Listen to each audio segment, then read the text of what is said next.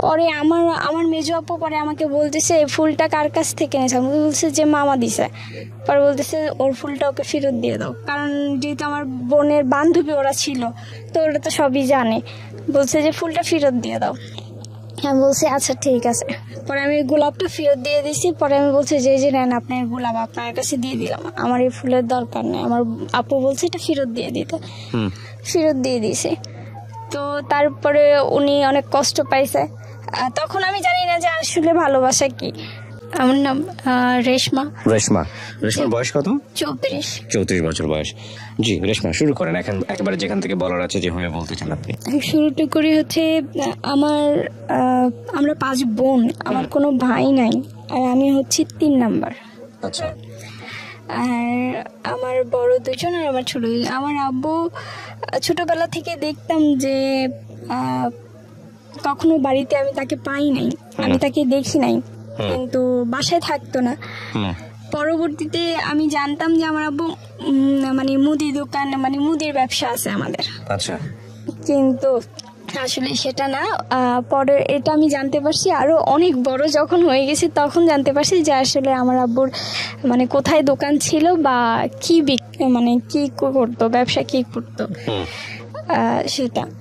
তো যাই হোক, তখন আমি এতটুকু বুঝি যে ওইটা বন্ধ হয়ে গেছে। ওই ব্যবসা যখন বন্ধ হয়ে গেছে তখন আমাদের অবস্থা খুবই খারাপ হয়ে গেছে। আচ্ছা। আর তার আগে ছোটবেলা থেকে একটু দোষী ছিলাম আমি, মানুষের সাথে ঝগড়াঝাটি এগুলা খুব বেশি করতাম, এগুলোর প্রতি ইন্টারেস্ট খুব বেশি ছিল আমার। তো কেউ কিছু বললে তো তাকে তখন রাস্তার মধ্যে মার দিতাম, দিয়ে চলে আসতাম। আচ্ছা। মারধর করে চলে আসতাম। পরে বলতো যে তোর আব্বুর কাছে বিচার দেবো। পরে বলতাম যে আমার আব্বুকে তো আমি নিজেই দেখি না, সকালে ঘুম থেকে ওঠে, তো তোরা কিভাবে দেখবি আর তোরা কিভাবে বিচার দিবি।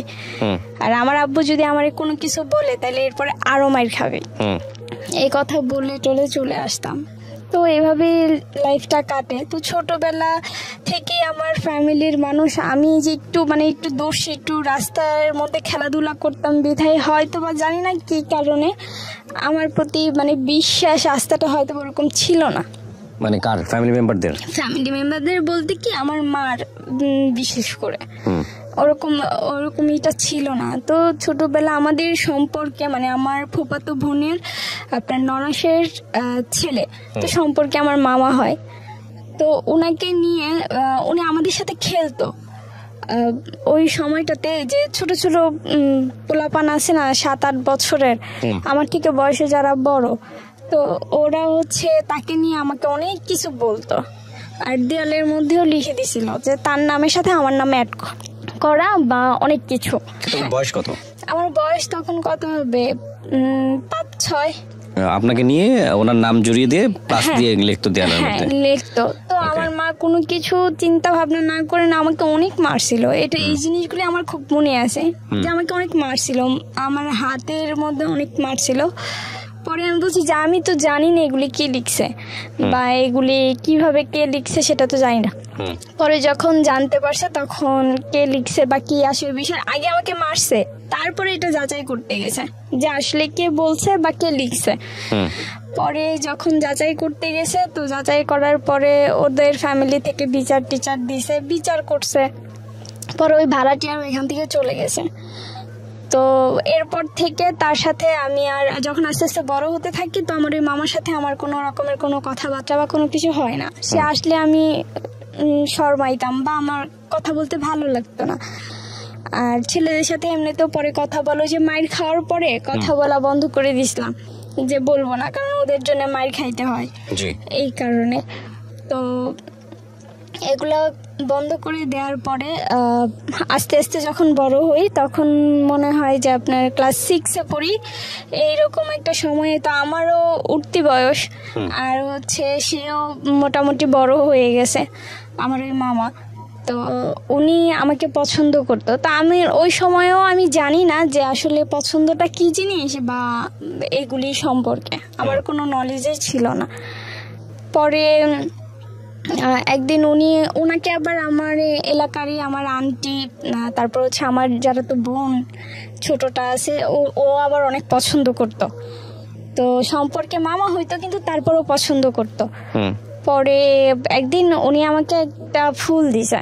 তো আমাকে ফুলটা দেওয়ার আগে উনি বলছিল যে, আমার বোন বা আমার আন্টি বলছিল যে, মামা এই ফুলটা কার জন্য আনছেন? বলছে, আমি যাকে ভালোবাসি এই ফুলটা যার হাতে দেখবা মনে করবা যে আমি তাকেই ভালোবাসি, আর তার জন্যই আনছি। তো এগুলা বলার পরে ওরা মানে দেখতেছে যে আসলে কাকে দিবে, ফুলটা কার জন্য আনছে। পরে ফুলটা আমার হাতে দেখছে, দেখার পর ওনারা বলছে যে, আল্লাহ, এত ছোট মেয়ের লাস্টে দিয়া মানে পছন্দ করার মতো আর কাউকে পাইলো না, এত ছোট একটা মেয়েকে। পরে আমার মেজো আপু পরে আমাকে বলতেছে, এই ফুলটা কার কাছ থেকে নিয়েছে? আমাকে বলছে যে মামা দিছে। পরে বলতেছে ওর ফুলটা ওকে ফেরত দিয়ে দাও, কারণ যেহেতু আমার বোনের বান্ধবী ওরা ছিল, তো ওরা তো সবই জানে। বলছে যে ফুলটা ফেরত দিয়ে দাও। আমি বলছি আচ্ছা ঠিক আছে। পরে আমি গোলাপটা ফেরত দিয়ে দিছি। পরে আমি বলছি যে নেন আপনার গোলাপ, আপনার কাছে দিয়ে দিলাম, আমার এই ফুলের দরকার নেই। আমার আপু বলছে এটা ফেরত দিয়ে দিতে, ফেরত দিয়ে দিয়েছে। তো তারপরে উনি অনেক কষ্ট পাইছে। তখন আমি জানি না যে আসলে ভালোবাসা কি। পরে বলতেছে যে তুমি ফুলটা ফেরত দিয়ে দিলা। আমি বলছি যে হ্যাঁ, এটা রাইখে আমি কি করবো, এটার এই তো আপনি যার জন্য আনছেন তাকে দেন। পরে যাক এগুলি সব চলে গেছে। তো এইভাবেই আর কি আমার সময়গুলি কাটছে। এরপরে যখন আস্তে আস্তে ক্লাস 7-এ উঠি, তখনও বান্ধবীরা দেখতাম কানা ঘুষা করতো, ভালোবাসা সম্পর্কে কথা টথা বলতো, আমাকে জিজ্ঞেস করতো কি রে লাইফে এমন কোনো কিছু এখনো হয় না, যে আসলে না। আর এগুলা কি জিনিস, একজন আরেকজনকে মানে কি, এটা ভালোবাসাটাই কি জিনিস, এই জিনিসটা তো আমি আসলে জানি না। পরে রাস্তা দিয়ে যাওয়া আসার সময় অনেকেই বিরক্ত করতো এলাকার, আর ওদের বাড়ি পর্যন্ত গিয়ে আমি বিচারও দিয়ে আসতাম যে আমাকে রাস্তার মধ্যে কিছু বললে। পরে গিয়ে তাদেরকে বিচার দিয়ে আসতাম, যাই যে যাইতেছি আপনার বাড়িতে গিয়ে বিচার দিয়ে আসতে। একদিন আপনার যে শুক্রবার হলে তো আগে যে বাংলা টেলিভিশনে ভিটিভিতে আপনার ছবি দেখাইতো আগে, তো এই ছবিগুলি পুরো মানুষ ভরে যাইতো ঘরে ছবি দেখার জন্য ওই সময়। তো আপনার এই যে আমরাও দেখতাম ছোটবেলা, এগুলা দেখার জন্য প্রায় পাগলই ছিলাম। পরে রাস্তা দিয়ে যাওয়ার সময় এক ছেলে আমাকে, আমি দৌড়াইতেছি মানে অ্যাড দিতেছে, তো দৌড়ে দোকানে যাচ্ছে, দোকান থেকে বাসায় আসবো। পরে এইভাবে হাতে করে আমাকে ধরে রাখছে, পরে এইভাবে আটকে রাখছে রাস্তা। পরে আমি বলছি যে আপনি রাস্তা আটকাইছেন কেন? এইভাবে দৌড়াইতেছো কে, তুমি তো পড়ে যাবে, ব্যথা পাবে। পরে আমি ওনাকে বলে দিয়ে আসছি যে আমি ব্যথা পাইলে আপনার কে, একটা জুতা দিয়ে একটা বাড়ি দিব, এই কথা বলে দিয়ে তারপরে আসছি। পরে উনি সাথে সাথে এসে আবার আমার আব্বুর কাছে বিচার দিয়েছে যে দেখেন কাকা, ওরে আমি কিছু বলি নাই, ছোট বোন হিসেবে একটু আদর করি, এই কারণে ও হচ্ছে আমাকে দেখেন রাস্তার ভিতরে এতগুলি মানুষের সামনে এই কথা বলে দিয়ে আসছে। পরে আব্বু বলতেছে মানুষের সাথে এইভাবে খারাপ ব্যবহার করে কেউ রাস্তাঘাটে, ওরা বড় না, তুমি ছোট না, তাই ডাক দিছে রে কিছু কে রাস্তার মধ্যে এইভাবে হাতি করে দাঁড়ায় থাকবো। আর হচ্ছে যদি হ্যাঁ শরীরের সাথে আমার ধাক্কাটাই লাগতো তখন কি, তো পরে সে আর এইভাবে মানুষের সাথে খারাপ ব্যবহার করো না। পরে বলছি যে আচ্ছা ঠিক আছে করবো না। পরে এগুলা বলে আবার চলে আসছে। তো যখন ক্লাস 7-এ, তখন একটা ছেলে আমাকে পছন্দ করতো আমার এলাকারই। আর ও আমাকে পছন্দ করতো কি, ওর অনেকের সাথে রিলেশন ছিল, মানে আমাদের বাড়ির পাশের বাড়ির অনেকের সাথে রিলেশন ছিল। আর এগুলি আমি পিয়নগিরি করছি, এইসব সম্পর্কে আমি পিয়নগিরি করছি, আমাকে দিয়েই করাইছে। এটা গিফট আইনা দিত তাদেরকে, আমাকেই দেখাইতো এগুলি। তো আমি বলতাম যে এটা না ওইটা। আবার ওর আন্টির কাছেই পড়তাম, মানে প্রাইভেট পড়তাম, তো আন্টির কাছেই পড়তাম, তো একসাথেই পড়তাম মাঝে মধ্যে। আবার কোনো সময় বেচ সময় আলাদাও ছিল। তো ওইগুলি করার সময় আপনার হচ্ছে ওই আস্তে আস্তে মানে যখন এই এত কিছু করছে বা এত কিছু, তখন আস্তে আস্তে এই জিনিসগুলি সামনে আসছে যে আসলে ভালোবাসা কি। তখন বুঝতে পারছি, যেহেতু পিয়নগিরি করতেছি, একজনের চিঠি আদান প্রদান করতেছি, তার মানে তো একটু নলেজ হয়েছে তখন।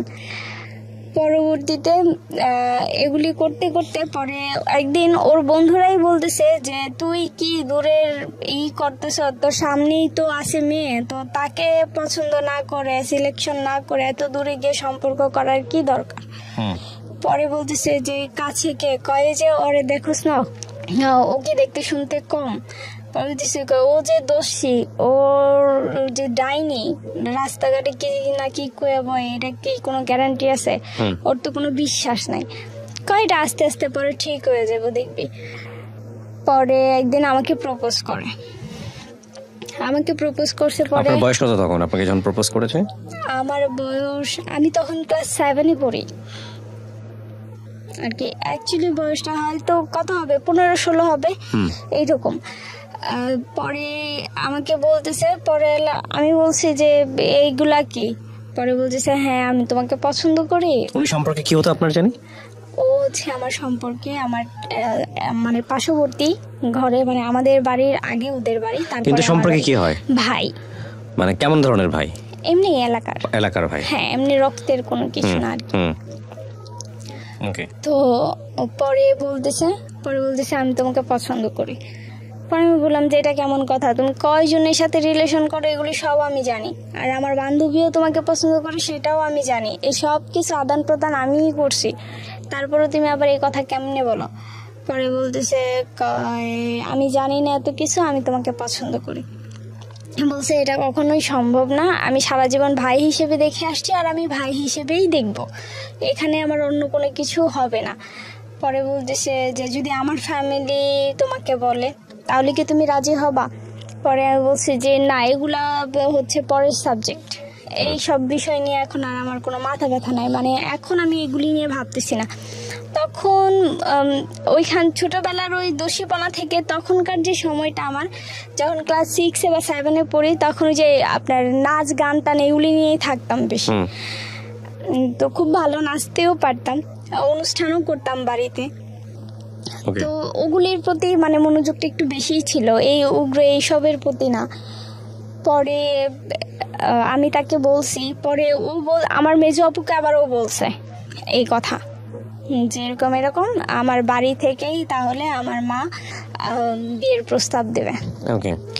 পরে আমার মেজো আপু বলছে যে না, শুধু একজনের চাওয়াতে তো হবে না, চাইতে হবে দুইজনকেই।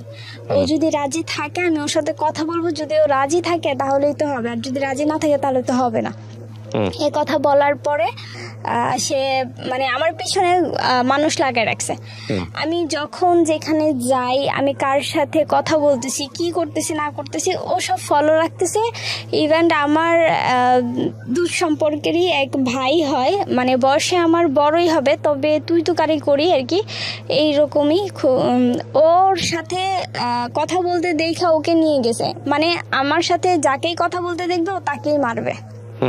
ওর ধরনটা ছিল এইরকম। বয়স কেমন ছিল? ওর বয়স, ও আমার চাইতে বড়, মানে আমার মেজো অপুর এজ আর ওর এজ সমান। আপনার চেয়ে কতটুকু বড়? আমার চাইতে প্রায় 5-6 বছরের বড় হবে। পরে এই কথা বলার পরে আমি পরে ভাবলাম যে না, ও তো যাকে না তাকেই ধরে মারবে, যদি আমার সাথে কথা বলে তাহলে তো এটা ওর ফ্যামিলির জানাইতে হয় বা বিচার দিতে হয়, কারণ জিনিসটা তো গাড়াই যেতেছে। এভাবে লুকায় রাখতে পরে এই ব্যাপারে এর আগে কি করছে, আমার আম্মুকে ওই যে যখন চিঠি আদান প্রদান করে দিতাম, যখন পিয়নগিরি করতাম, তখন আমার আম্মুকে ওর আম্মু ডেকে বলছে, মানে ওই যে আমার ওই ভাই, ওর আম্মু ডেকে বলছে এরকম তোমার মেয়ে আমার ছেলের সাথে সম্পর্ক করে, এটা সেটা। ঢাকায় নিছে আমার মাকে আর আমার বড় বোনকে। ঢাকায় নেওয়ার পরে ওদেরকে অনেক কিছু বলছে, ওই মহিলা আবার অনেক বাজে খারাপ, পরে অনেক কিছু বলছে। পরে আমার মা বলছে, আমার মা ওইখানে কিছু বলে নাই, শুধু এতটুকু বলে আসছে যে মেয়ে মানুষ, আমি জিজ্ঞেস করে নেই, করলে করতেও পারে, আমি এত গ্যারান্টি দেই না, কারণ মেয়ে তো, আর এখনকার বয়স হচ্ছে উঠতি বয়স, করলে করতেও পারে। তো এই কথা বললে আইসা আমাকে আর ভালো মন্দ কিছু জিজ্ঞেস করে নাই, জিজ্ঞেস না করে তখন বলতেছে আমার বড় আপু আর আমার মা যে এটা মানে নিজেরাই বলা বলি করতেছে, আর আমার বড় আপু বলতেছে দেখো তোমার মেয়ে জানে কোন সময় কোন আকাম করে বসে, মানে এই যে এই কথাটা শুনে, তো এই কথাটা আমি শুনছি, আমার খুব খারাপ লাগছে যে আদৌ আমাকে তো জিজ্ঞেস করতে পারতো। আর আমি তো মিথ্যা বলবো না যে ওর সাথে আমার কোনো সম্পর্ক আছে, এটা তো না। তো আমাকে কিছু জিজ্ঞেস না করে আমার ওপরে এত বড় একটা কথা বলে দিছে। এই কথাটা আমার খুব খারাপ লাগছে, আমার অনেক কষ্ট লাগছে তখন যে আমার ফ্যামিলির মানুষেরই আমার প্রতি বিশ্বাস নাই। পরে এটা করার পরে আমাকে আর তো কিছুই জিজ্ঞেস করে নাই। পরে ওর ফ্যামিলিকে আমি বিচার দিছি, আমার মা গেছে, আমার মেজো আপু গেছে, আমি গেছি, গিয়ে বিচার দিছি যে এরকম এরকম এই কারণে ও আমাকে পছন্দ করে বলছে। তো এই কারণে হচ্ছে গিয়ে ও আবার পুকুরে গোসল করতেছে তখন, যে হ্যারে মারবো হ্যারে ধরবো, মানে আমার সাথে কাউকে কথা বলতে দেখলে ও তাকে মারধর করবে, এরকম একটা ওয়ার্নিং সে আমাকে দিয়ে দিছে অলরেডি। পরে বলতেছে পরে বলতেছে যে ও নাকি আমাকে পছন্দ করে এটার জন্য।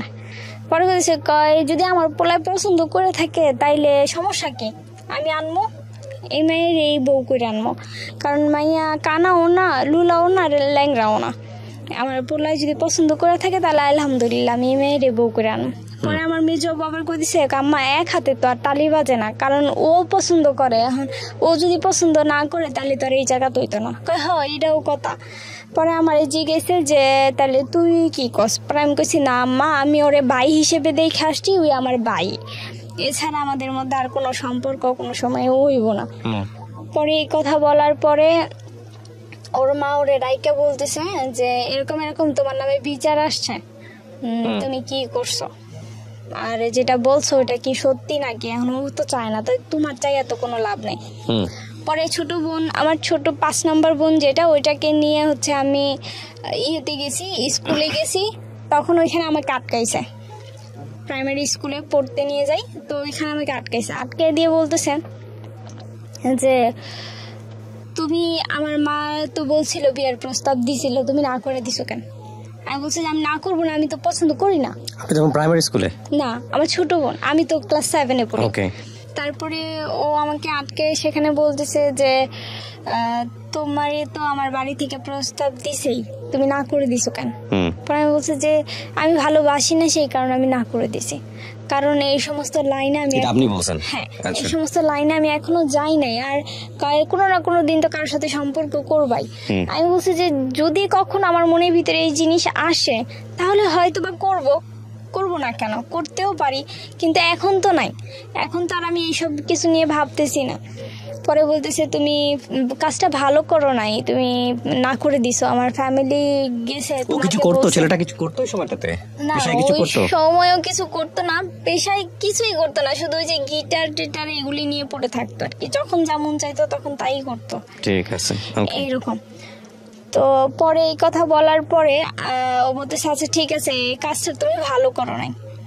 পরে এটা বইলা আমাকে এটা বলে দিল, পরে আমি বাসায় চলে আসছি। ওই দিন রাত্রেবেলা ওর মা ওকে শাসাইছেই না কি করছে জানি না, ও নাকি আপনার বিষ খাইছে। বিষ খাইছে, তো এগুলো আমি কিছুই জানি না। বিষ খাইছে, বিষ খাওয়ার পরে নাকি রাত্রে 2টা বাজে ওকে নিয়ে হসপিটালে গেছে, ও আশ করাই নিয়ে আসছে। তো ওই যে না করে দিছি, তার ছেলে এই কাজ করছে, এটাই হচ্ছে তার মানে আমার দোষ। আর হচ্ছে এটা নিয়েই উনি অকথ্য ভাষায় মানে গালাগালি, মুখে যা আসছে তাই বলছে, ইভেন আমার বোনদেরকে, আমাদেরকে, মানে আমাকে, আমার ফ্যামিলিকে যা ইচ্ছা তাই বলছে। তো অনেক বছর এটা নিয়ে ওনাদের সাথে এমন কোনো কথা বলি নাই, কোনো কিছু বলি টলি নাই, কোনো সম্পর্ক ওরকম আর ছিল না। পরে এটা চলে আসছি। তো আপনার হচ্ছে যখন আমি ক্লাস 8-এ উঠি, তখন যে আন্টির কাছে আমি পড়তাম, ওই আন্টিরই আপনার বিয়াই হয় আর কি, বিয়াই হয় সম্পর্কে। তো সে হচ্ছে আপনার পেশায় হচ্ছে একজন গিটারিস্ট। হ্যাঁ, তার বড় বড়, যেহেতু ব্যান্ডের সাথে জড়িত, তার এমন চুল ছিল অনেক বড় বড়। তো তাকে সে আর কি ইটি করতো, গান টান করতো, অত আসতো, কথা টথা বলতো। পরে একদিন তার ইয়ের জন্যে আমাকে একটু বলছিল যে এরকম এরকম, আমি ক্লাস হ্যাঁ, এটা থেকে তখন ক্লাস 9-এ উঠছি আমি। জি। আর ও যে মেয়েকে পছন্দ করে সেই মেয়ে ক্লাস 10-এ পড়ে, মানে আমার এক ক্লাস সিনিয়র সে। তো তখন হচ্ছে আপনার 9 আর ক্লাস 10, এই 9-এর একজন আর পরীক্ষার হলে আর 10-এর একজন বসায়। আচ্ছা। তো আমি ক্লাস 9-এ, ও ক্লাস 10-এ। তো এইভাবেই করতে করতে আপনার হচ্ছে পরে বলতেছে যে এরকম, আমার ওই আন্টি যার কাছে আমি পড়ি, প্রাইভেট পড়ি, সে আন্টি বলতেছে এরকম এরকম তোদেরকে একটা কাজ দেবো। পরে বলছি আন্টি কি কাজ দেবেন? বলতেছে যে এরকম এরকম ও তো একটা মেয়েকে পছন্দ করে, আর মেয়েটা হচ্ছে তোদেরই ক্লাসের, একসাথে মনে হয় পরীক্ষা দেবে, ক্লাস 10-এ পড়ে। নামটাম সব বললো, মেয়ের বিবরণ দিয়ে দিল। পরে বলতেছি যে কোন শাখার কথাও বলে দিল। বলার পরে বলতেছে যে ওই মেয়েটাকে দেখবি, যে আসলে মেয়েটা দেখতে কেমন। বলতেছি যে আচ্ছা ঠিক আছে। তো পরীক্ষার হলে আমি আর আমার বান্ধবী দুইজনই, মানে আমার সিট সামনে আর আমার বান্ধবীর সিট হচ্ছে পিছনে।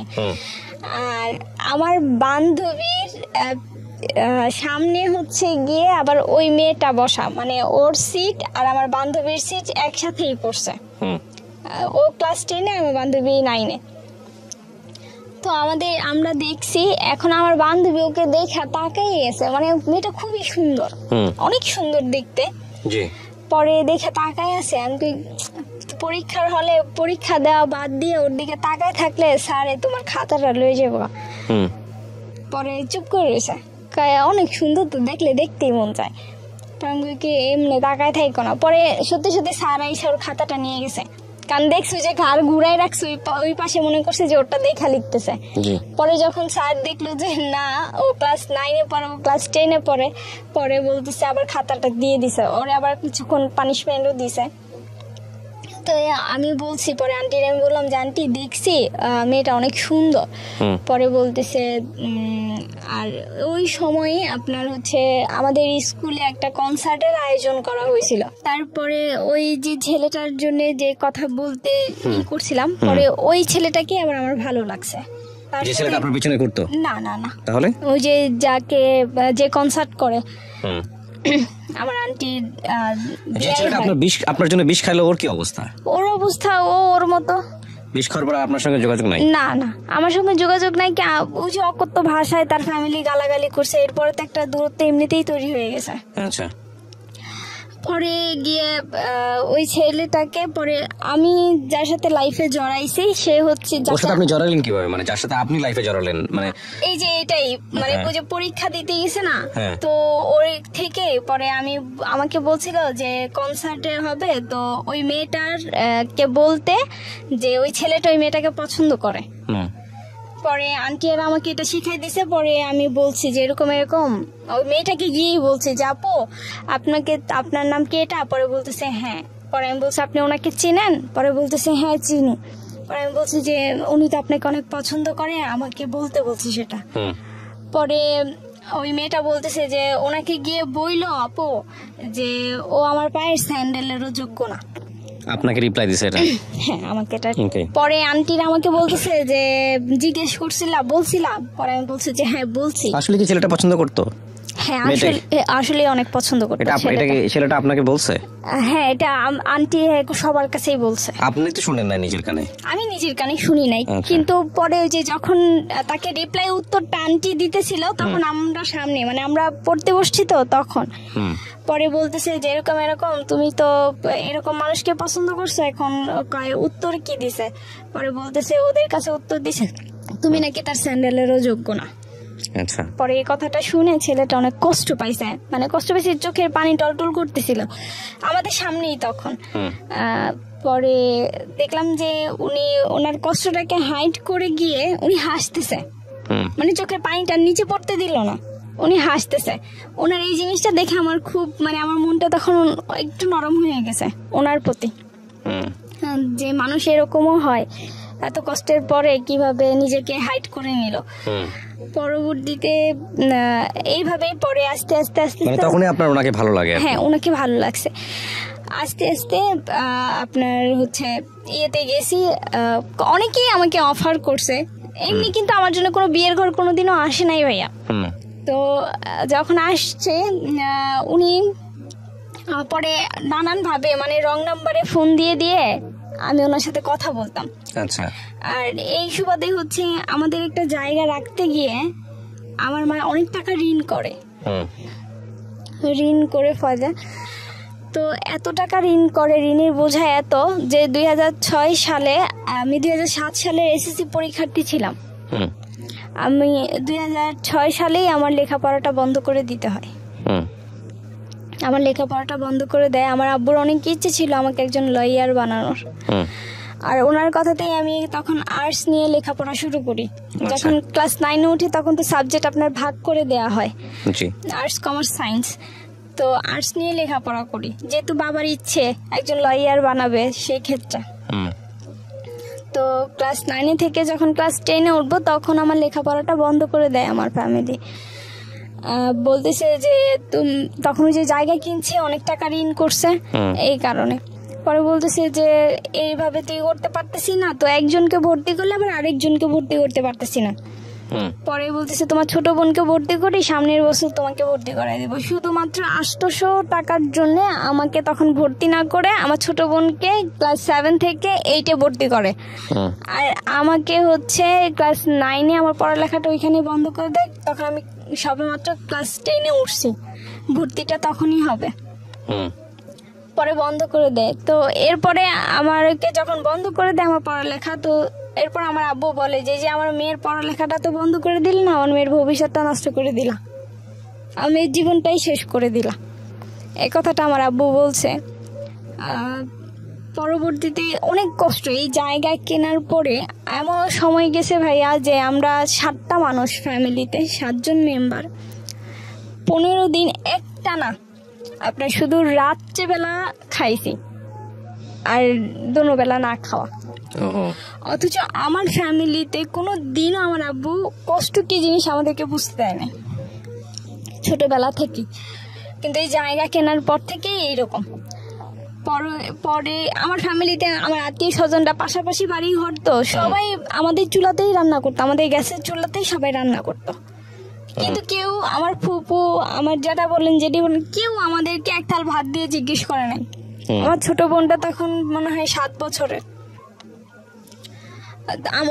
ও না খেয়ে থাকতো সারাদিন, শুধু রাত্রে খাইতো। তা আমাদের পাশের এক চাচি আছে, উনি আবার জিজ্ঞেস করতো যে আরে মা কিছু খাইছো? পরে বলতো হ্যাঁ খাইছি আন্টি, আলুর ভর্তা আর ডাইল রান ছিল মা, ওগুলা দেয়া ভাত খাইছে। আসলে কিন্তু কিচ্ছু নাই ঘরে খাওয়ার মতো। এইরকম পরিস্থিতিও কাটাইছি। তখন খুবই খারাপ অবস্থা। তারপরে গিয়ে ওকে যখন ওর সাথে আমার রং নাম্বারে কথা হইতে হইতে তখন ও এক সময় জানতে পারে যে আমি ওই মানুষ যে ওর সাথে রং নাম্বারে কথা বলতেছি। পরবর্তীতে আমাদের মধ্যে 6 সালে একটা রিলেশন তৈরি হয়। আচ্ছা। আর রিলেশন বলতে তখন আমি তাকে বলছিলাম যে হ্যাঁ আমি তো কাকে ভালোবাসি সেটা আপনি জানেন। পরে বলতেছে কাকে ভালোবাসো বলো। আপনি জানেন সেটা, আমার আর নতুন করে বলার কোনো দরকার নেই। পরে বলতেছে যে হ্যাঁ আমি জানি সেটা আমি বলছি তো জানেনি, তাইলে তো আর আমাকে এটা জিজ্ঞেস করার কোনো দরকারই নাই আপনার। আর এর ভিতরে তো আমার লেখাপড়াটাও অফ। আচ্ছা। পরে তার সাথে অভাবের কারণে তো আমি তার সাথে যোগাযোগ করব কিভাবে, যেহেতু লেখাপড়া করি না, তো তার সাথে তো আমি বাইরে কোথাও গিয়ে যোগাযোগ করতে পারবো না, দেখা সাক্ষাৎও করতে পারবো না। পরে আমি একটা গানের ক্লাসে ভর্তি হই ওনার সাথে দেখা করার জন্য গানের ক্লাসে ভর্তি হই। তারপর নিজের ইচ্ছে ছিল একটা গান শিখবো এই কারণে, কিন্তু ম্যাক্সিমাম সময়টাই মনে করেন যে ওনার সাথে দেখা করেই পার করে দিয়েছি। গানের ক্লাসে ওরকম ভাবে যাওয়া হয় নাই, কিন্তু বাড়ি থেকে তো জানতাম এই গানের ক্লাসেই গেছি। আচ্ছা। পরে যখন গানের ক্লাসের নাম করে করে যায় দেখা করতাম, এর ভিতরে একদিন ওই যে ছেলেটা আমার জন্য বিষ খাইছে, ও জেনে গেছে যে আমি ওকে পছন্দ করি। গিয়ে দেখে ফেলছিল আমাদেরকে ওর দোকানের মধ্যে, দেখা ফেলা।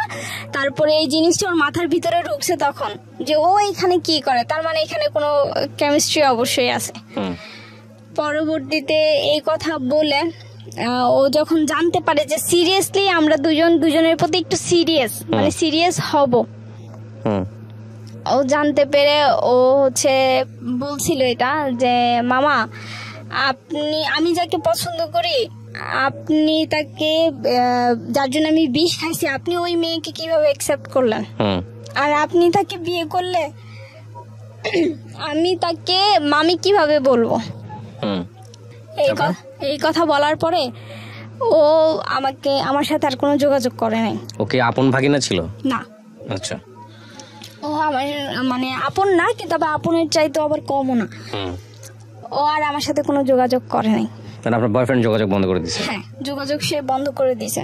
এরপরে 2008 সালে সে আমাকে ফোন দিয়ে একদিন বলতেছে যে এরকম এরকম আমার তো বিয়ে ঠিক হয়ে গেছে, ফ্যামিলি থেকে আমার বিয়ে। সে 6 সালে আমাদের সম্পর্ক, 8 সালে সে বিয়ে করে ফেলে। তো সে বিয়ে করার পরে আমি একেবারেই অন্যমনস্ক হয়ে যাই।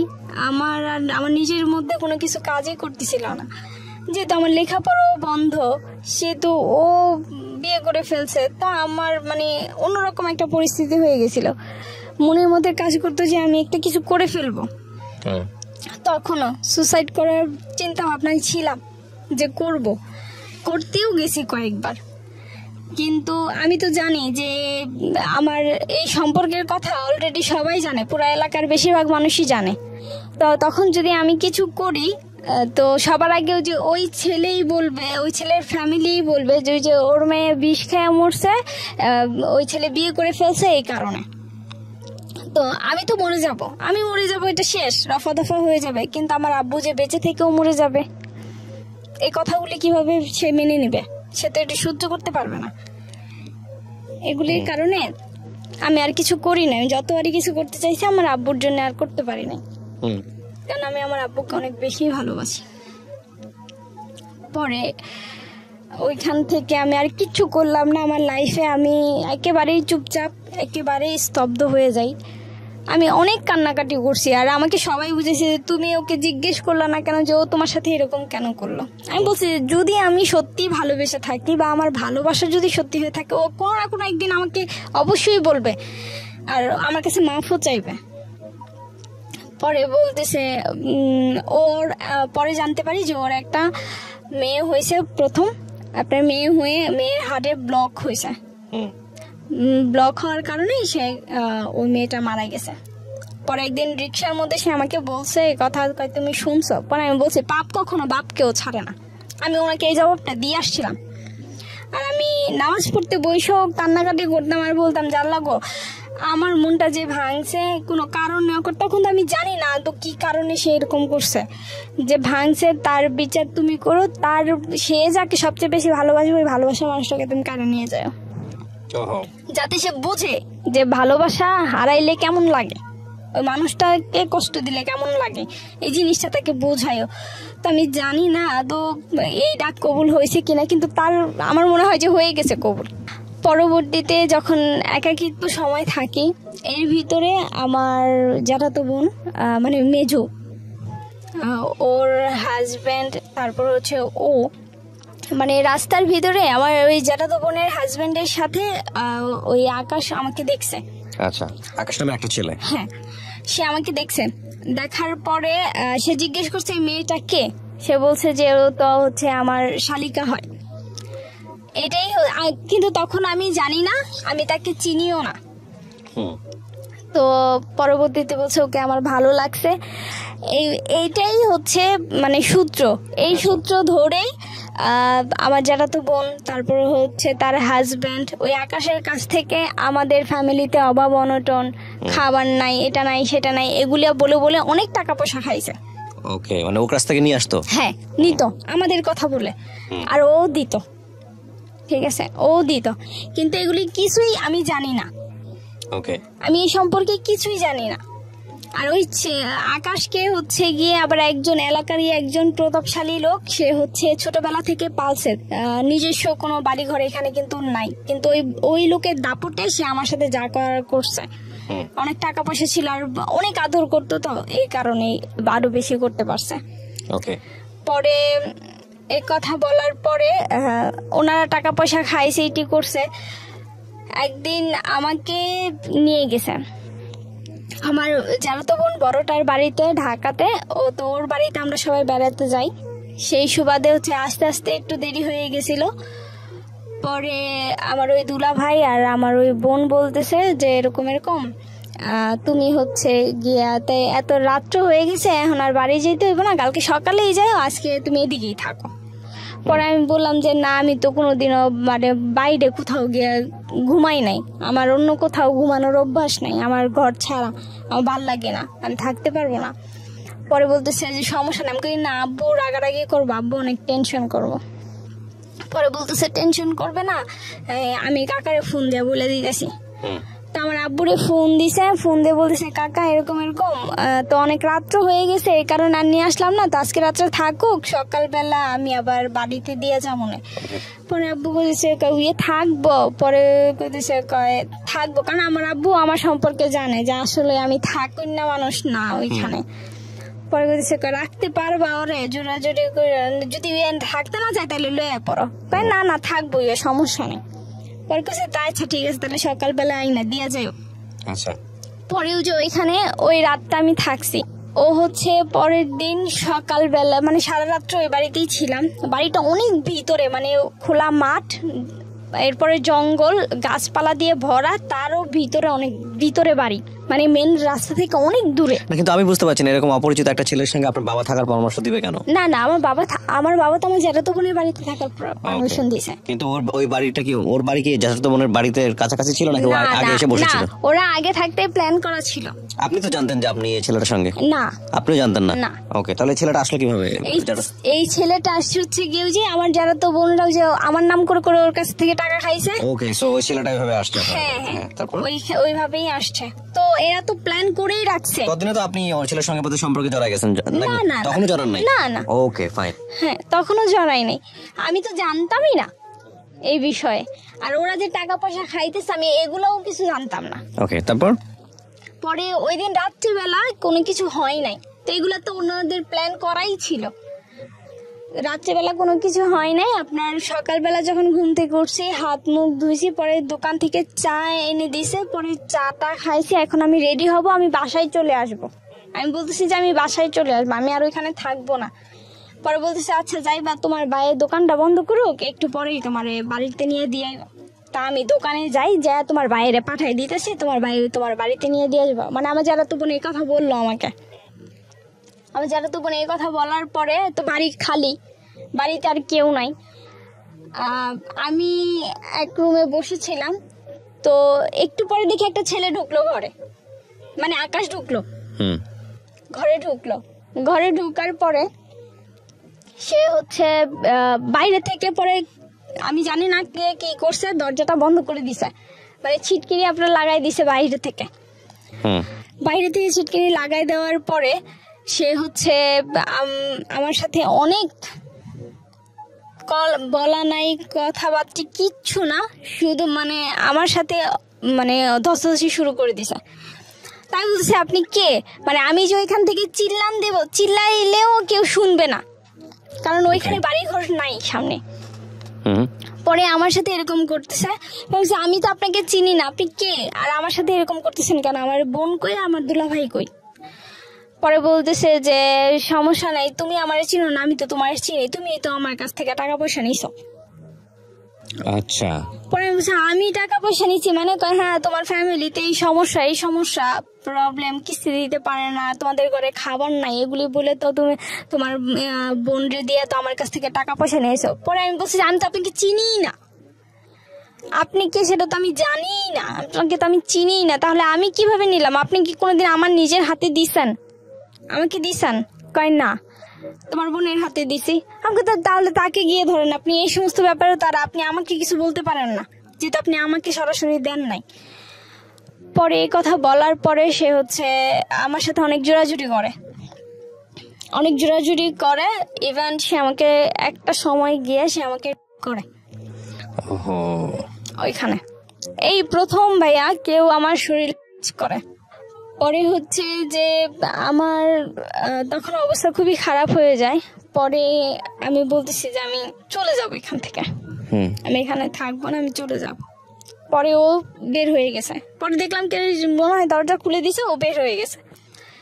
পরে আমার বোন এসে বলতেছে যে যা হয়েছেই, মানে এরকম বুঝালো যে তারা কিছু জানে না, তারা কিছু জানে না এই ব্যাপারে। তো তাদের দরজা বন্ধ করলো কে আর খুললো কে, তারা কিছু নাই জানে। পরবর্তীতে কান্না করতেছে, বলতেছে বাড়িতে এই সমস্ত ব্যাপারে কিছু বইলো না, যা হওয়ার হয়েছে আমি দেখতেছি এই জিনিসটা। পরে আমি আর বাড়িতে কাকে কি বলবো, কারণ তখন যে আমি ওর বিরুদ্ধে কোনো অ্যাকশন নেবো, আমার ফ্যামিলি ভাত খাইতে ভাত পায় না, আমি কিভাবে নেব? কারণ আমার ফ্যামিলির তো ওরকম টাকা পয়সা কিছু নাই। পরে আমি কোনো অ্যাকশন বা কোনো কিছু নেই নাই। এরপর থেকে ও সব সময় আমাকে ব্ল্যাকমেল করে যাচ্ছে যে এরকম হয়েছেই তো, তাইলে আমাকে কেন বিয়ে করবে না? ছেলেটা বিয়ে করতে যাচ্ছে আপনাকে, আকাশ? হ্যাঁ, আমাকে কেন বিয়ে করবে না? বলছি যে না, আমি বিয়ে করব না, যা হয়েছে তো আমার লাইফে হয়েছেই, কিন্তু তারপর আমি বিয়ে করব না। তো আমি আর আমার বান্ধবী মিলে কোথাও ঘুরতে যাচ্ছিলাম, ওই সময় রাস্তার ভিতরেও আমাকে আটকাই দিছে। পরে আটকাই বলতেছে রিক্সা থেকে নামো, রিক্সা থেকে আমাকে নামাই দিছে। আমি বলছি যে রিক্সা থেকে কেন নামবো? বলতেছে নামো, রিক্সা থেকে নামো, নেমে আসো। পরে পরে বলতেছে রাস্তাঘাটে মানুষ দেখতেছে, ভালোই নেমে আসো। পরে নামছি রিক্সা থেকে, নেমে আমি আর আমার বান্ধবীকে একটা ঘরে নিয়ে গেল। সেখানে গিয়ে দেখি যে আপনার হুজুর বসা, তারপরে হচ্ছে আপনার অনেক লোকজন বসা, মানে সে বিয়ের প্ল্যান করে ফেলছে, এখানে বিয়ে দেবে। আর সে এগুলি সব ব্যবস্থা করে দিছে ওই যে তার ভাই, বলা যে ভাই, সে টাকা পয়সা দিয়ে। পরে হুজুরকে দিয়ে হচ্ছে সে বিয়ে পড়াই। এখন আমি বলতেছি যে আমি তো এখান থেকে চলে যাব। এখন আমি আমার বান্ধবীর বলতেছি যে আমার অজু টজু করাইতে নিয়ে গেছে, আমি তো এখান থেকে চলে যাব। ও আমাকে বলতেছে তুই গেলে তো আমি আটকা পড়ে যাব। তখন আমার কি হইব? মানে আপনাদেরকে কিডন্যাপ করা করতে? হ্যাঁ, আমাকে বলতেছে তুই যে এখান থেকে পালাই যাবি, তুই তো পালাই যাইতে পারবি, কিন্তু আমার যেভাবে ধরে রাখছে আমারে তো আটকাই দিব, তাইলে তখন আমার কি হইব? আর আমি কিভাবে এদিক থেকে বাইর হবো? তা আমি আমার ক্ষতির লেগে তো আমি ওর ক্ষতি করে দিতে পারি না এই জায়গার ভিতরে, যেহেতু ওর কোনো দোষই নাই, একজন নির্দোষ মানুষ। পরে আমি কি চুপ করে গিয়ে বসার পরে ওইখানে আপনার কাজে টাজে দিয়ে আপনার বিয়ে পড়াইতেছে। পরে আমি বলছি যে আমি এখন বিয়ে করব না। পরে বলতেছে যে এখন বিয়ে করবা না তো? না, এখন তো বিয়ে হবে না, শুধু কাবিনটা লেখা হবে, বিয়ে পরে হবে, আমাকে এই কথা বলছে। তো আমি বলছি কাবিন লেখা হবে, আমি তো মানে বিয়ে পড়াইতে দেখছি, কিন্তু কিভাবে বিয়ে পড়াই সেটা তো আর আমি দেখি নাই, যে আসলে কাবিন লিখলেই যে বিয়ে হয়ে যায়। আপনি কবুল বলছিলেন? না, শুধু সাইন করছি। সাইন করলে বাংলাদেশের রাষ্ট্রীয় আইনে বিয়ে হয়ে যায়, কিন্তু আপনি কবুল বলেন নাই। আপনি আপনাকে জোর করেও বলানো হতো তাহলে বিয়ে হতো না। আমি যত জানি এটাই সম্ভবত। শুধু সাইনটাই করাইছিল ওনারা আমাকে দিয়ে। পরে বলতেছে যে তোমার কিচ্ছু বলতে হবে না, তুমি শুধু এখানে একটা সাইন করো। তাও আমি মক্কর ধরছিলাম যে আমি করব না, কিন্তু তারপরেও বলছে যে করো। পরে সাইনটা করাটার পরে ওইখান থেকে চলে আসছি আমি। তো হুজুর ওইখানে ওই কাজী সাহেব বলতেছিল যে এই বিয়ে টিকবে না, অদূর ভবিষ্যতে এই বিয়ে টিকবে না, কারণ এটা যে পরিস্থিতিতে বিয়েটা করাইছে আসলে এই বিয়েটা কোনো বিয়েই না, আর এই বিয়েটা টিকবেও না, এই কথা বলে দিয়েছে। পরে আমি বাসায় চলে আসছি। এর ভিতরে আমার আব্বু অনেক অসুস্থ হয়ে যায় 13 সালে। আমার আব্বু প্রচন্ড পরিমাণে অসুস্থ।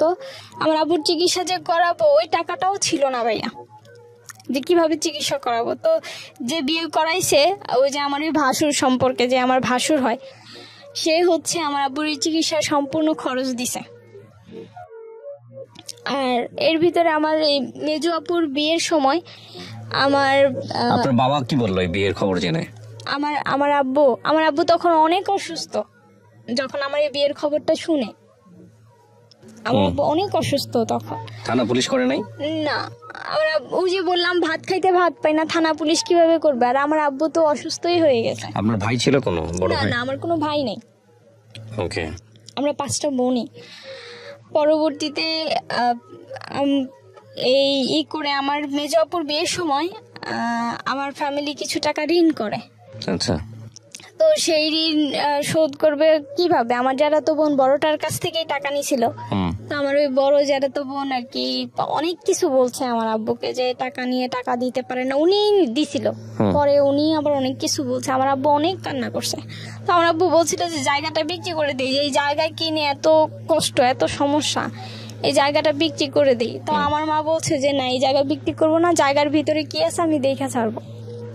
ঠিক আছে, পরে এই জায়গা বিক্রি করে নাই। আর আমার আব্বুর এমন অবস্থা, তাও আমার মা জায়গা বিক্রি করবে না, যে আমার আব্বুর চিকিৎসা করাইতে পারতেছি না, তাও আমার আম্মু জায়গা বিক্রি করবে না। পরে উনি আমার ওই ভাসুরি আমাকে টাকা পয়সা দিয়েছে। আমি 40 দিন পর্যন্ত আমার আব্বু জীবিত ছিল। ওকে। 40 অসুস্থ হওয়ার 40 দিন, একেবারে যেদিন পুরো 40 দিন ওই দিনই আমার আব্বু মারা গেছে 13 সালে। আচ্ছা। আমার আব্বু মারা গেছে। তো যেদিন আমার আব্বু মারা গেছে ওই দিন ওইটা আমার সাথে ফিজিক্যালি কিছু করছে। যেদিন আমার শোক, আমি আমার জীবনের সবচাইতে প্রিয় মানুষটাকে হারাই ফেলছি ওই দিন। পরের দিনও আমি ওই দিন তো কিছুই বলি নাই, আমি শুধু বলছি যে আল্লাহ এমন একটা জানোয়ারের সাথে তাও মিলাই দিলা তো দিলা, এমন একটা জানোয়ারের সাথে যে আমার বাড়িতে আমার আব্বু মারা গেছে, তারপরও সে আমাকে ছাড়লো না। পরে আবার সে হচ্ছে গিয়ে পরের দিন আবার, মানে যেদিন দ্বিতীয় দিন ওই দিন আবার চাইতেছে। আপনি তখন শ্বশুর বাড়িতে মানে ওনার সঙ্গে সংসার করেন? না, ওনার সাথে সংসার তো আমার মনে করেন যে ঠিক মতো হইতোই না। ও কিন্তু আমার বাড়িতেই থাকতো। ওকে। আমার বাড়িতেই আমাকে রাখছে, আমার বাড়িতেই থাকতো। পরের দিন যখন হচ্ছে পরের দিন আবার যখন এরকম করতে চাইছে কিন্তু করতে পারে নাই, কারণ আমি আলাদা ছিলাম না, সবাই একসাথে খাটের মধ্যে ঘুমাইছিলাম। তখন করতে পারে নাই বিধে একসাথে ছিলাম, আলাদা রুম তাকে কেন দিলাম না, এই কারণে সে ওই দিন আমাকে মেরে গেছে। আর আমার সাথে আমার বড় আপু, আমার খালা, আমার আম্মু আর সবাই বসা, মানে সবাই শুয়ে রয়েছে একসাথে ঢালা বিছনা করে। তো হঠাৎ করে ঘুষির আওয়াজ পাইছে, আমার কপালের মধ্যে সে ঘুষাইতেছে, মারতেছে আমাকে, জানোয়ারের মতো অত্যাচার করতেছে। পরে শুধু এই কারণেই যে আলাদা রুম কেন হইলো না, সে কেন কিছু করতে পারলো না, এটার জন্য। পরবর্তীতে সে হচ্ছে আমাকে মারছে। পরে আমার আপু সজাগ হয়ে গেছে, পরে আমার আম্মুও সজাগ হয়ে গেছে। পরে আমাকে ওইখানে মাইরা টাইরা রাইখা তারপরে সে চলে গেছে। চলে যাওয়ার পরে সে হচ্ছে আপনার পরে যেদিন 4 দিনের খরচ করবো আমার আব্বুর, ও সেদিন আসছে। পরে আমার যারা তো বোন বলতেছে যে কি জানি কয়, ও বাড়িতে গিয়ে বলছে তোমার না কেমন ভাবে মাইরা গেছে। পরে আমি বলছি যে এই যে নাকের ফুল এই যে খুইলা ফালাই দিলাম, আমি মনে করবো যে আমার হাজবেন্ড নাই, মারা গেছে। ওকে। আমি নাকের ফুল খুলে ফেলে দিলাম। পরে কইতেছে কয় না এই করো না, ও অনেক অনুতপ্ত যে এমন একটা সময় আমরাও গালাগালি করছি, এখন কি করবা তুই। পরে আমার ওই দুলাভাই কইতেছে তুই আমার অভিশাপ দিস না, তুই অভিশাপ দিলে আমার অভিশাপ লাগিয়ে যাবো, কারণ তোর জীবনটা নষ্ট হওয়ার পিছনে হাত আমারই। আমার ওই দুলাভাই আবার এই কথা বলছে আমারে। ভাবছি না আমি অভিশাপ দিব কি, আমি কি ওর অভিশাপ দিতাম, এটা আমার ভাগ্য, আমার কপালে ছিল তাই হয়েছে, এটা বলে কাটাই দিছি কথা। পরবর্তীতে হঠাৎ করে আমি 17 সালে আপনার স্ট্রোক করি। এর ভিতরে তো আমাকে শারীরিক মায়ের ধৈর্য এটা সেটা করতোই, ঠিক আছে। তো একসাথে অনেকই মানে থাকি নাই, 3 বছরের বিয়ে হইলেও কিন্তু একসাথে থাকা খুব কমই পড়ছে। আর যখনই করতো যে আমি মাথা ব্যথার যন্ত্রণায় যে টিপটিন ওষুধটা খাইতাম, তো এটা খাইলে শুধু ঘুমাইতাম, তখন আর আমার হুঁশ জ্ঞান থাকতো না, যা হওয়ার তখনই হইতো। এর ভিতরে আমি সজাগ থাকা অবস্থায় কোনো সময় কোনো কিছু হইতো না আমার সাথে। যাই হোক, পরে 17 সালে আমি হঠাৎ করে আমি অসুস্থ হয়ে যাই, আমি স্ট্রোক করি। ওকে। আমি এত অল্প বয়সে আপনি স্ট্রোক করেন? হ্যাঁ, আমার হাতে পায়ে প্যারালাইসিস সমস্যা এখনো আছে, ঠিক হয় নাই এখন। তারপর 17 সালে আমি স্ট্রোক করি।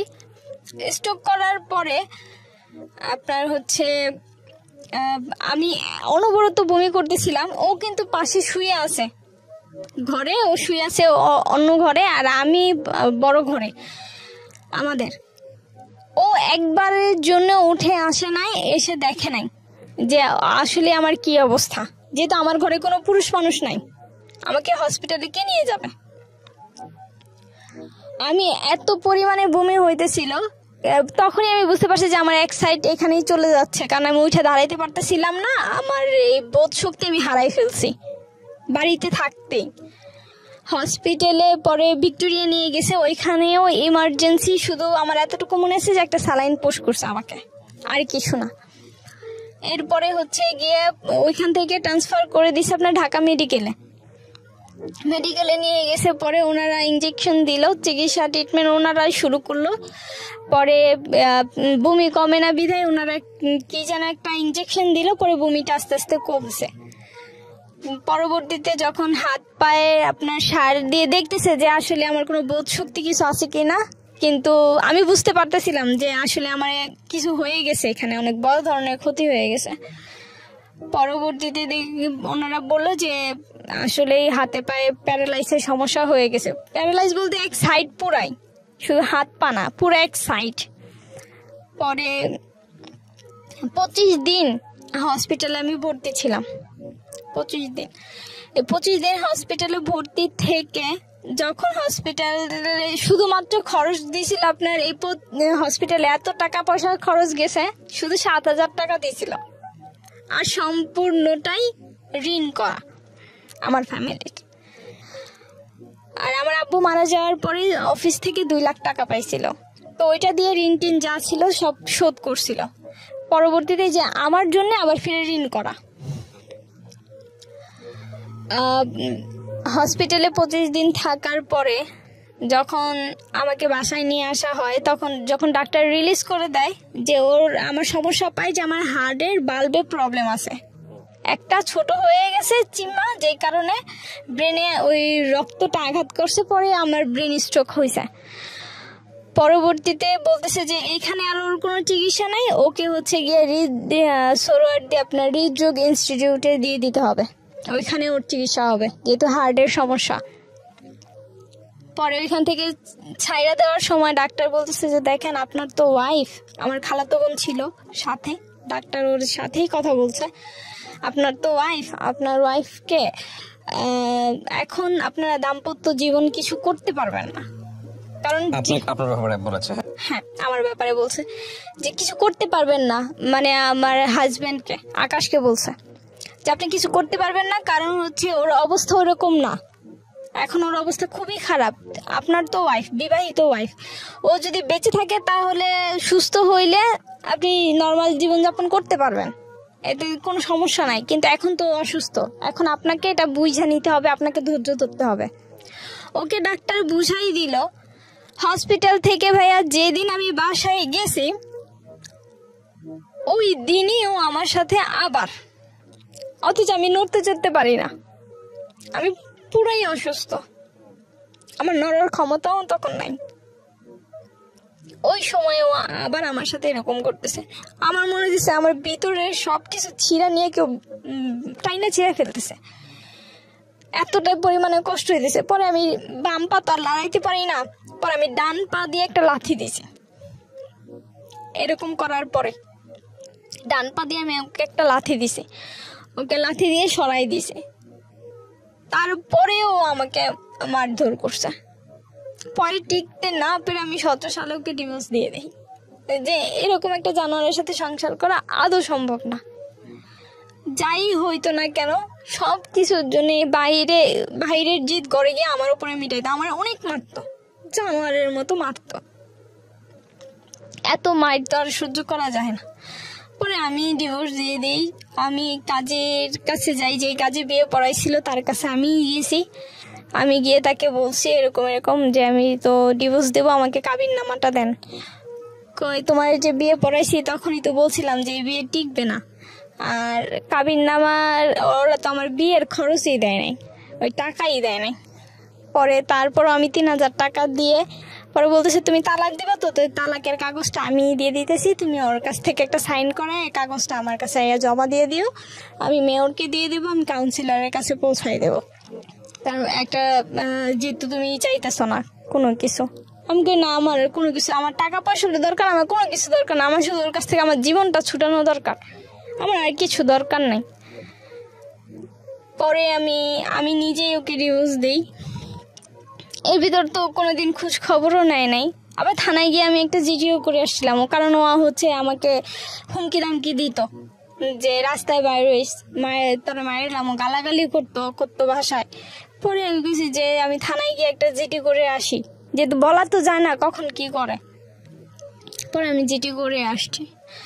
তো এখন বর্তমানে আমি অসুস্থ হয়েও আমার ফ্যামিলির কাছে আমি বোঝা, যেহেতু হ্যাঁ ডিভোর্স দেওয়ার পরে আমার ফ্যামিলির কাছে আমি বোঝা।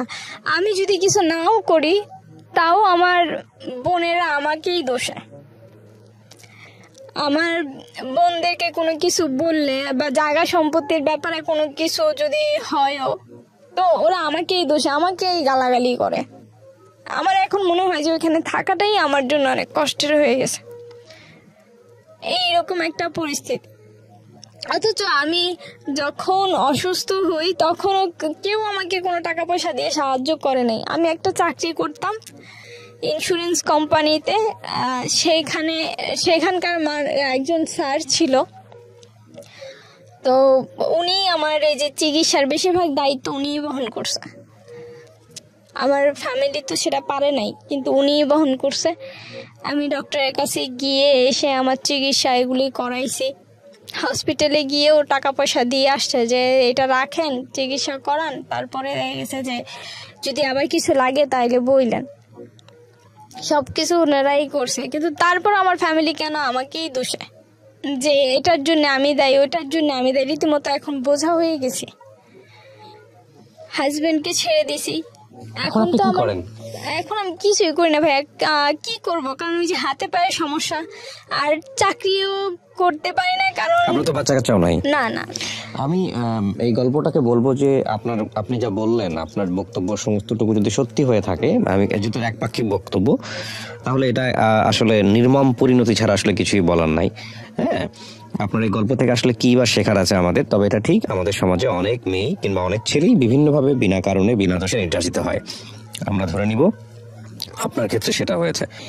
এখন এখানে বেশ কয়েকটা বক্তব্য আছে। প্রথম কথা হচ্ছে যে এই বিয়েটা ফ্যামিলি থেকে মেনে নেওয়াটা উচিত হয়নি, কিন্তু উচিত না হলেও কি বা করার ছিল, ওনার ফ্যামিলির যে সার্কামস্ট্যান্সেস সেটা জেনে ওনার আসলে কি করা উচিত ছিল। কারণ শিক্ষণীয় বিষয় আসলে একটাই, যে বিয়েটা প্রথম থেকেই ঠিক ছিল না সেটাকে সময় বাড়ানো কোনোভাবেই উচিত হয়নি। এটা যদি জোর করে সে করে থাকে তাহলে সে আইনগত ব্যবস্থা নেওয়া উচিত ছিল। কারণ দিন শেষে দুটো মানুষ একসঙ্গে একই ছাদের নিচে একজন নির্যাতিত হয়ে একটা সার্টেন পিরিয়ড পর্যন্ত হয়তো বা টিকতে পারে, কিন্তু life long it is definitely impossible. এবং এই ইম্পসিবল ব্যাপারটাকে যত দ্রুত শেষ করা যায় ততই মঙ্গল।